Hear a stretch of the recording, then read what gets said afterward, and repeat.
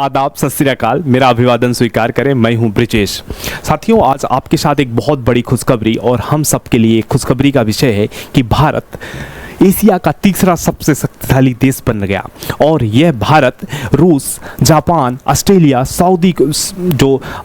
South Korea, इन सब बड़ी शक्तिशाली देशों को पीछे छोड़ते हुए तीसरी पोजीशन पे आया है। तो ये हमारे लिए बहुत हर्ष का विषय है। चलिए देखते हैं इस रिपोर्ट के बारे में और इसकी कुछ विशेष बातों को।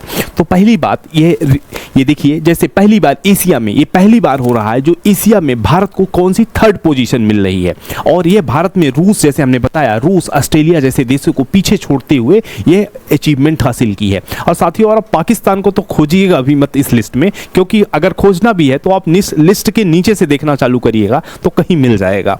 आगे बात करते हैं इस लिस्ट के बारे में, इस जो रिपोर्ट के बारे में अगर हम बात करें तो इस रिपोर्ट के बारे में, ये रिपोर्ट ऑस्ट्रेलिया का एक थिंक टैंक, जिसे हम क्या बोलते हैं, लोवी इंस्टीट्यूट के द्वारा जारी किया गया है, एशिया पावर इंडेक्स। और ये एशिया पावर इंडेक्स है जिसकी हम बात कर रहे हैं। उसमें भारत को एशिया की शक्तिशाली देशों में तीसरा स्थान मिला हुआ है। अगर हम बात करें तो जैसे हमने पहले भी कहा, रूस, जापान को पीछे छोड़ते हुए एशिया में तीसरा सबसे शक्तिशाली देश बन के उभरा है। वहीं अगर अमेरिका और चीन क्रमशः पहले और दूसरे नंबर पे आ रहे हैं। अब भी आगे बात करते हैं कि एशिया पावर इंडेक्स में यह कहा गया है कि जापान की आर्थिक ताकत में गिरावट की वजह से उसकी ताकत में कमी आई है, जो अब भारत से पीछे होते हुए एशिया में चौथा शक्तिशाली देश बन के उभरा है। चौथा शक्तिशाली देश था। यह जापान की आर्थिक ताकतों में गिरावट के कारण है। नहीं, जापान अब तक तीसरे पोजीशन में रहता था, हमेशा के लिए बात कर रहा हूं। और इस लिस्ट में हर साल इन देशों के संसाधन और प्रभाव को ध्यान में रखकर जारी किया जाता है। मतलब किस देश के पास कितने संसाधन हैं और इनकी प्रभावशीलता क्या है, इस आधार पे इसकी रैंकिंग तैयार की जाती है। और इस लिस्ट में ऑस्ट्रेलिया को देखें तो 5वां स्थान मिलता है। वहीं रूस को देखें तो 6ठा स्थान मिलता है। रूस अभी यूक्रेन युद्ध के कारण इस 6ठे पोजीशन पे पहुंच गया है। तो साथियों, बड़ी हर्ष का विषय है कि रसिया, ऑस्ट्रेलिया, जापान जैसे देशों से हम आगे बढ़ रहे हैं। ये हमारे लिए बहुत गौरव का विषय हो जाता है। आगे बढ़ते हैं और देखते हैं कि इसमें अगर हम बात करें पॉइंट के बेस में, इस जो एशिया पावर इंडेक्स है उसमें 81.7 अंक के साथ क्रमशः अमेरिका पहले स्थान पर, वहीं 72.7 स्थान अंक लेके चीन दूसरे स्थान पर पहुंचता है। साथ ही 38.9 के साथ जापान चौथे स्थान में पहुंचता है। अगर पाकिस्तान, आप सोच ही रहे होंगे, पाकिस्तान को भी बता दें तो 14.6 अंक के साथ पाकिस्तान को 16वें नंबर पे स्थान मिलता है।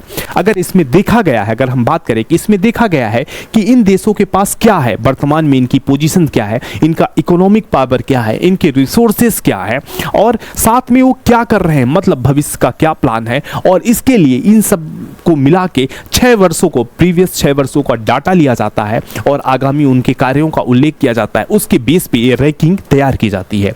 और एशिया में तेजी से बदल रहे शक्ति के विस्तार का अब तक का सबसे व्यापक आकलन इस इंडेक्स में हमको देखने को मिलता है। तो हम बात करें कि इन देशों के आकलन कैसे हम करते हैं, तो इसमें किसी भी देश की, उसकी आर्थिक स्थिति क्या है, उसके डिफेंस की पावर क्या है, रक्षा शक्ति क्या है, और साथ ही उसमें डिप्लोमेटिक पावर क्या है, डिप्लोमेटिक पावर, कूटनीतिक शक्ति क्या है, साथ ही अन्य ताकतों को आधार पर ये किया जाता है। अगर हम बात करें, चीन की सैन्य बढ़त जरूर हासिल की है, लेकिन उसका ओवरऑल प्रभाव स्थिर ही बना। अगर चीन की बात करें तो चीन क्रमशः दूसरी पोजीशन पर है। पर अगर हम बात करें वृद्धि के मामले में, कि अगर पिछले दशकों में, पिछले वर्षों में अगर वृद्धि की बात करें तो चीन की वृद्धि स्थायी रही है। वहीं भारत एक ऊंची छलांग लगाया है तीसरी पोजीशन में पहुंचने के लिए। चीन की ताकत ना तो बढ़ रही है और ना ही कम हो रही है। वहीं अमेरिका ने एशिया में अपनी सैन्य ताकत को इजाफा किया है। अमेरिका का जो एशिया की में उसका योगदान था, सैन्य ताकत है, उसमें क्या हुआ है, इजाफा हुआ है। वहीं अगर बात करें, अमेरिका के लिए चिंता की बात यह है कि वह सैन्य ताकत के मामले में चीन के हाथों से पिछड़ रहा है। इस भी रिपोर्ट में कहा गया है कि सैन्य शक्ति के मामले में चीन क्रमशः आगे बढ़ रहा है और अमेरिका स्थायी है। अब भविष्य में यह एक्सपेक्ट किया जा रहा है कि सैन्य ताकत के मामले में चीन आगे निकल सकता है। इस सर्वे की रिपोर्ट में भारत की तारीफ की गई है। इस रिपोर्ट के मुताबिक, अगर इस रिपोर्ट के मायने में हम बात करें तो भारत का उभार हो रहा है, लेकिन यह थोड़ा धीमा है अभी वर्तमान में। भारत अब जापान को पीछे छोड़कर एशिया में तीसरा देश बन गया है।